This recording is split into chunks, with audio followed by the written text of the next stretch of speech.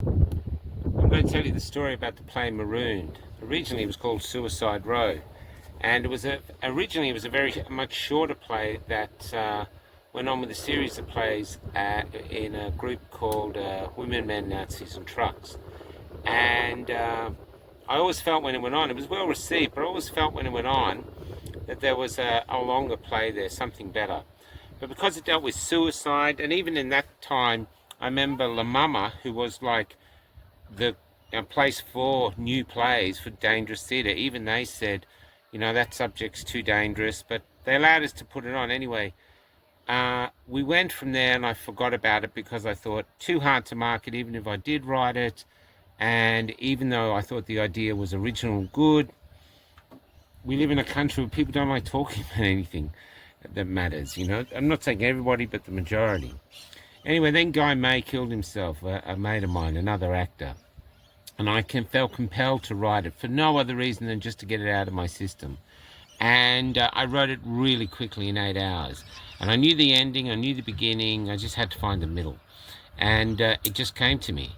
Then I gave it to Rahana, who was the producer then. We were doing the theatre company, and we'd already had success with another play called The Magnolia Tree. And we both thought we needed a comedy, and suddenly I'm approaching it with a brand new full-length play. It's suicide prevention play. It's not really a suicide prevention play really, but it is. I think it does help with that, but what it really is it just explores suicide. Why do so many Australians take their own lives, and why don't we talk about it? And I wanted to do it in a way that took out all the emotion. And so what I'd done to set it up was it's set in a waiting room. And you might go to a waiting room, you might have cancer. You might be like months away from dying. But if you're in a waiting room, there's other people there, you're not going to reach out to them and tell them your story and have this big, heavy discussion. You're just going to sit there quietly. The trouble is, this is what it is. These 4 people have taken their own lives, but apparently they seem to have failed. And so their souls are stuck in a waiting room in the afterlife. Is it below? Is it above? They don't know. And they're just stuck there. And at first they don't talk. But then they realize, well, we must have to do something. There's no doors, there's no windows, it's just us.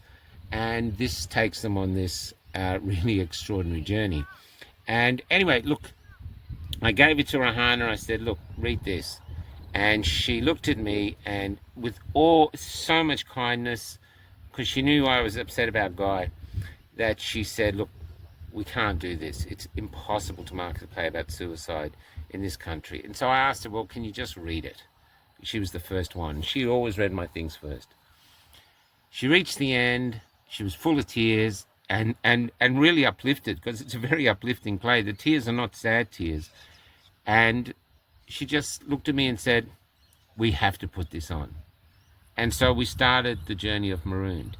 Before I would put it on, I needed to call Guy May's mum, who I didn't know, and ask permission.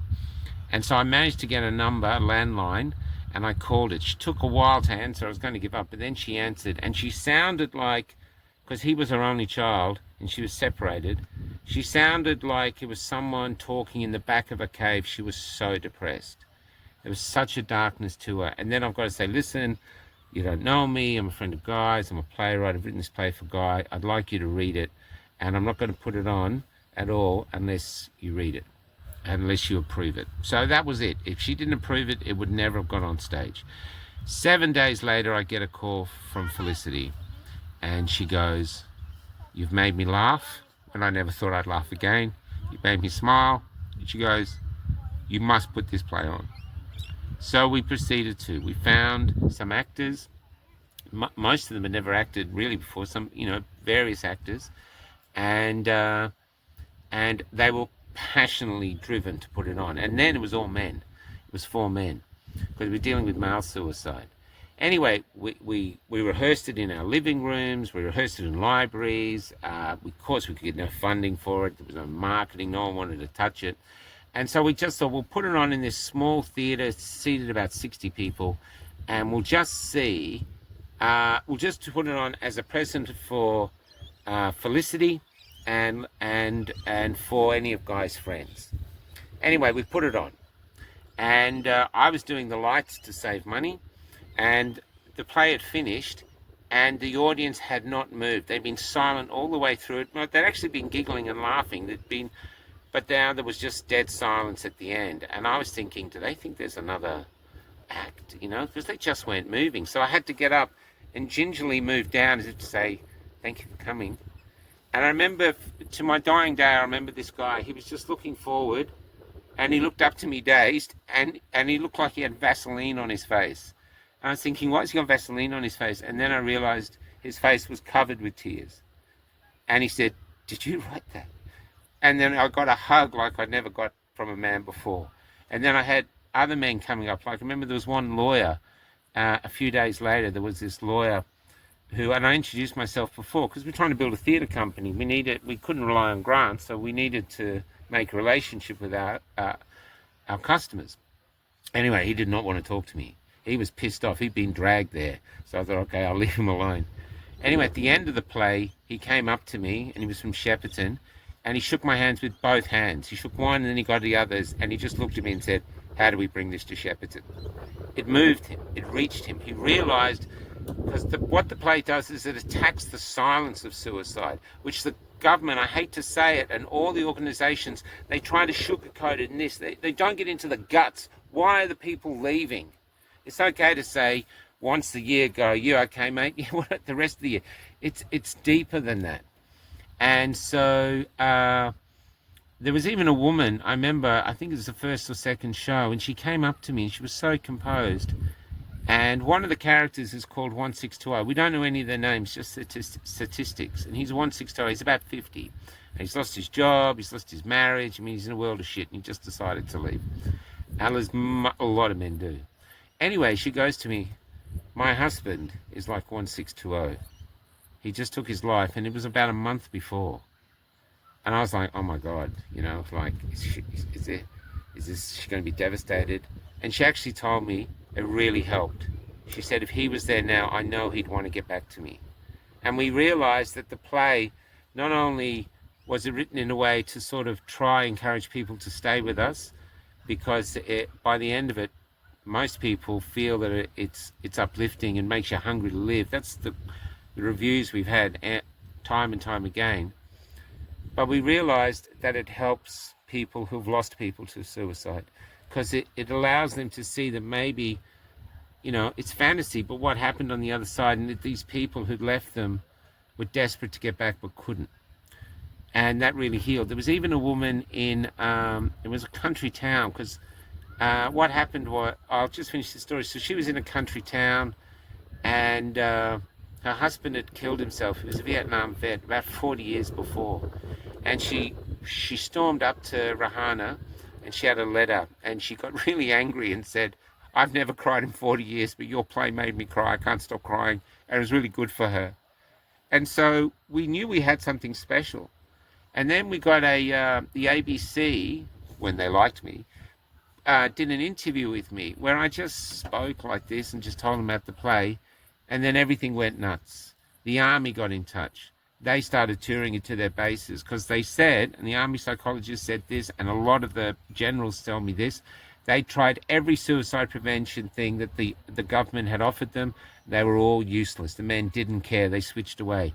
This was the first time they'd found something that absolutely held, engaged, entertained, and then uplifted the people at the end of it, the soldiers. So suddenly we were on all these army bases surrounded by generals putting the play on for soldiers. They're all talking to us. I was trying not to salute.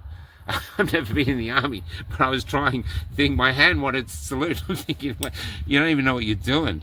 But it was humbling. It was like artists and soldiers coming together with one goal: to stop men leaving us, and to stop women leaving us too, but specifically men. It's then it went from there. We went to country town after country town. Then we got news that they wanted to see it in England. In England, they got an incredible cast together that a lot of you people might know from those English shows, and they did a filmed reading of it, and now they use it to train psychoanalysts and psychologists. They tour it around to teach them a fresh way to deal with suicide. Here in Australia, the government shuns it because, well, it hasn't gone through their committees and it hasn't kissed all the woke asses. And it's not woke at all. That's another thing they don't like about it, which makes me think, I hate to say it, what are they trying to achieve? They have something that's working. But the army says it works, the English says it works, all these people are coming saying it's working, and the government doesn't want to know why. If you had something that's working, they're always saying that nothing works, and then you've got something that works, why wouldn't you at least look at it or embrace it? Or even try? It's people's lives we're talking about here. Anyway, the play's been on about 80 times. We've been through lots of casts. Guys have come through, really enjoyed it, especially the young guys. We had Greg and Chris and a few other guys that were really brilliant. About a year after we first had it going, we moved it to have a woman in, because we realized the ratio was 3 men kill themselves, 1 woman kills themselves. So the play set the ratio for that. Pre-COVID, the play was due to, we were all going to take a risk, I remember, with Darren and everyone else. The play had such great reviews. I mean, we'd had full house standing ovations for this play.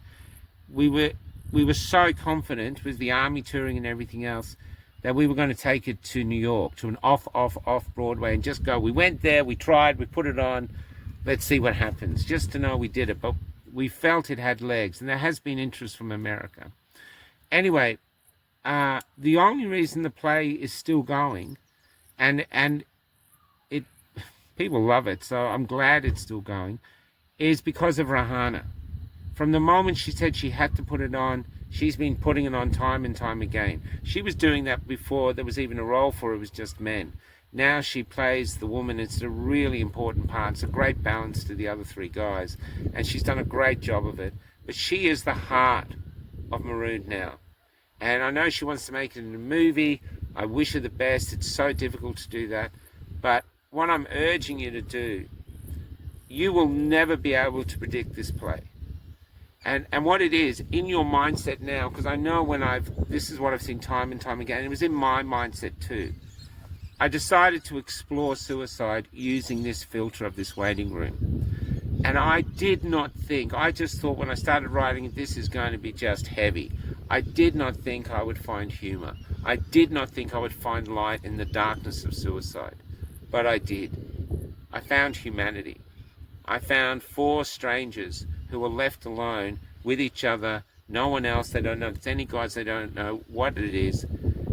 But these 4 strangers together learn that the gods have given us one gift to get through all the hardships of life. Not to fix our problems, but to just help us get through the life, to bring us back from the edge. And that gift is each other. And that's the message of Marooned.